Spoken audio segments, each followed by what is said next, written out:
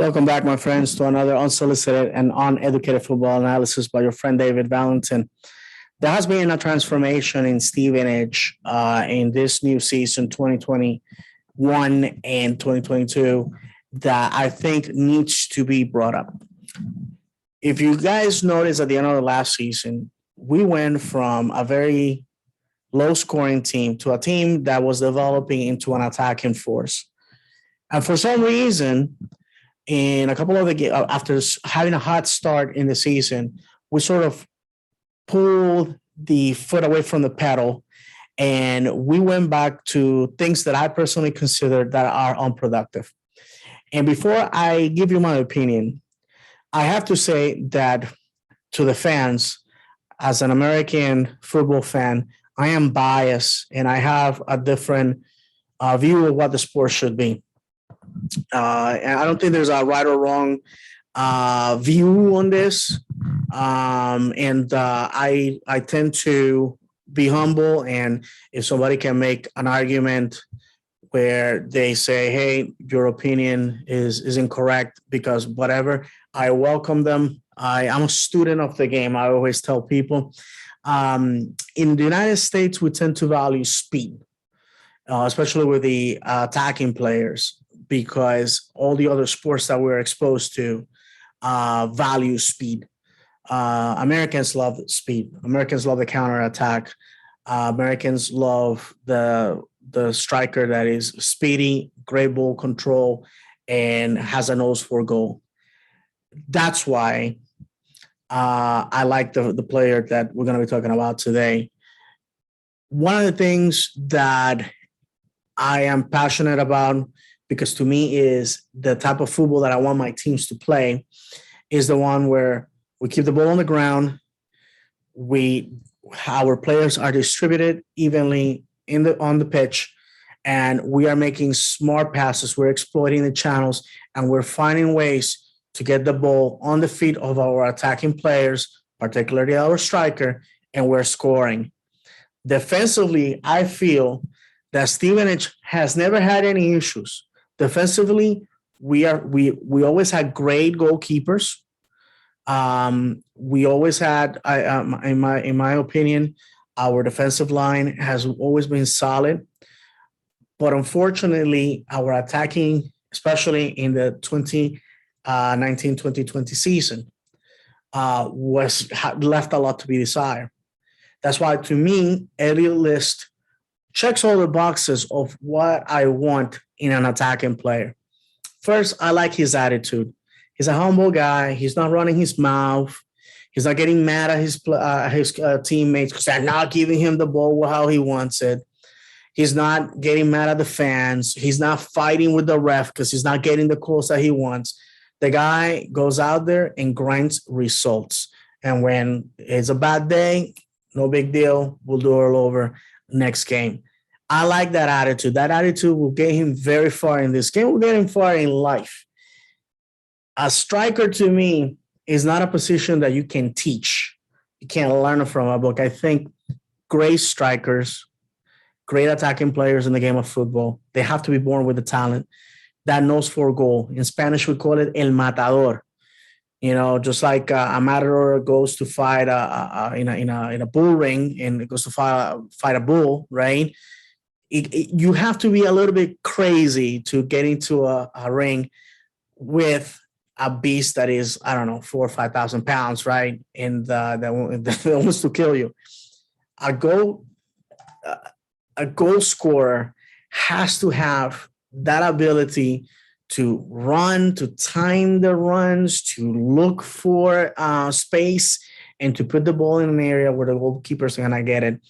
And I think, like I said, Elliot List, I call him a one-man army because this guy demolishes defenders every single time if they basically fall asleep. If they fall asleep on this guy, they're going to pay the price for that.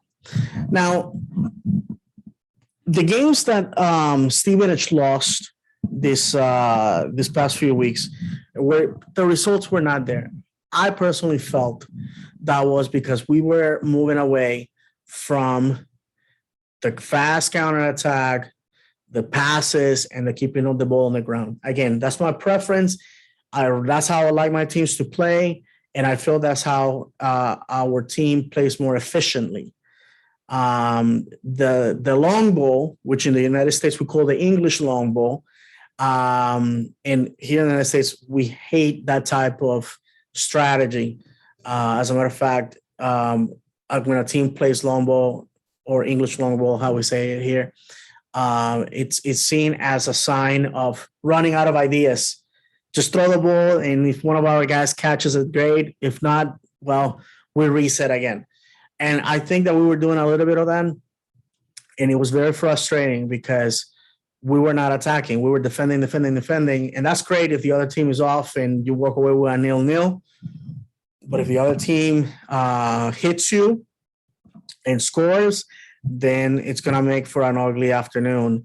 The game against Forest Green, to me, was a disaster in that respect. And the beauty of playing a season is you learn from your mistakes, your players learn what not to do, and then you move forward. If you're going to play games, you're going to lose games. So if you guys allow me, and by the way, please excuse the darkness of the room. I find myself traveling to the city of Milwaukee, Wisconsin, for work. So let's look at the latest results, and let's see here what has been going on. That game with Forest Green 4-0, that was a disaster. I felt that the game against Sutton United, we should have won that game. You don't allow a team that just got promoted to the AFL to run away with a victory. This is a game, yes, TBC got a red card that, in my opinion, was a little bit harsh. But, you can only play the team that is in front of you, and you can play on the pitch with the referee staff that is providing. The officials, they make the determination. Okay, we pay the price. No big deal. But at least here against Harrogate Town, we came back. It's a 0-0, not the best situation, but sometimes a tie will uplift the team and saying we're heading in the right direction. And what happened next? Hartlepool 2-0, beautiful game. I felt that our team was at its best attacking-wise.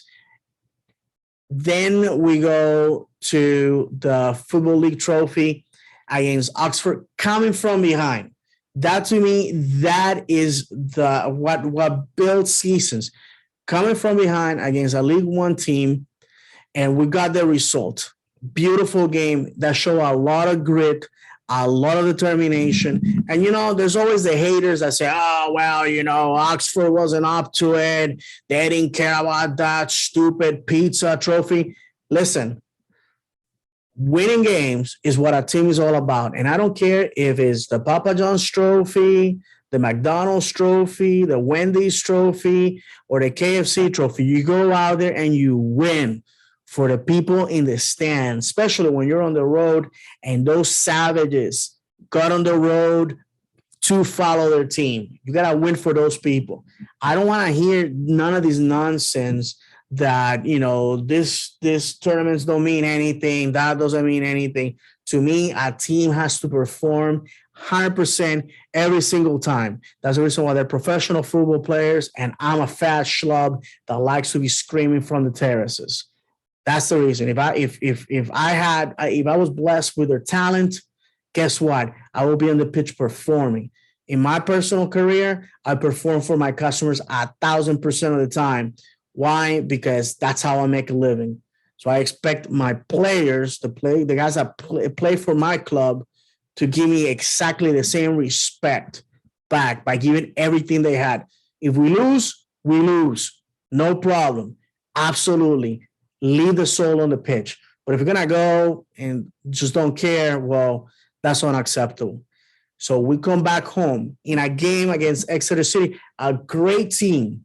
I've got, you guys that follow me on social media, you guys know I rarely give praise to some of these teams that we play against. I call their town a hamlet, a place with no electricity, running water, insult them. They get mad and they block me on social media. I have to give these guys a lot of props. They came on our house and twice they put us against the ropes. But one man said, not today, not today, Satan. And that man is Elliot List. So with that said, our next game is going to be this coming up Saturday against Oldham Athletic, a team that finds itself in the relegation zone. A wounded animal that I expect Stevenage to smash to smithereens. No mercy.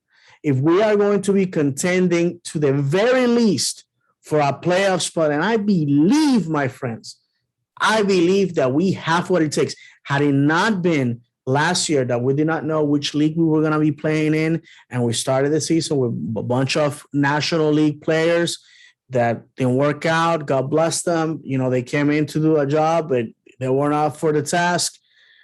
My friends, I think we would have gone in at least in the last two spots for the playoffs, and something would have happened. But it you know, neither here nor there. We can't cry over spilled milk. So again, this Saturday, we're gonna have to go into their house and make a statement. A tie or a loss, to me, it will be hugely disappointing, because after the game that we had this past Saturday, my friends, we have to go and do what we need to do. So with that said, here in the table, we are sitting right now 15th place. We have played against top of the table. In my opinion, we have performed very well. I think that our position does not reflect where we should be. And it's time for our team to just go 0 to 100 in 6 seconds. Look at Oldham Athletic, my friends. Again, there shouldn't be an excuse to give up points to this team. So anyways, we have talked enough about the situation of the club. And if you guys allow me, let's look at these two beauties of goals. Yeah, let me see. Please excuse me. Let me go ahead and try to get the goal, because it's not letting me. Oh, there it is. Look at that. This is the first goal, okay, you're looking at, and allow me to open this up. This is what I was telling you about. I'm using my own terminology. There's no football terminology.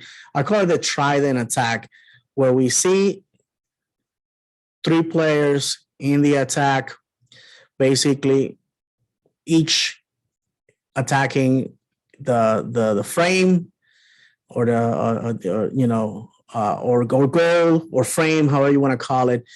See, here there's three options to score. And if you go back to those games where I keep telling you that we keep the ball on the ground and we're making smart passes and we're exploiting our channels, you can see that that we're winning games that way. So here we have Bruno Andrade or Andrade. I don't know how you say his last name. I'm sorry. It's a new player, and I'm just learning the names. Okay, don't boss me. Okay, don't boss my balls. So this is gonna be an assist to Elliot List. Excuse me. It's gonna be an assist to Elliot List, and let's go and take a look at this. Look at that beauty. Boom. Far post. That was incredible. And you can see, look, this is just a type of player that I find very attractive on the pitch. And this is the second goal. By the way, Elliot List goals came from us losing both games. And I believe it's kind of fuzzy. I'm going to take a stab at it to identify the player. I believe this assist is coming from Jake Reeves. I believe that's the assist. If not, correct me in the comments. And again, this is smart passes. You see that? Exploring the channels. Once again, 1v1s. 1v1s. That's all it takes. That's all it takes. Keeping that ball down on the ground and just being cool and collected. Imagine if we manage to do this and we are not conceding goals. We win games. It's that simple. And to conclude,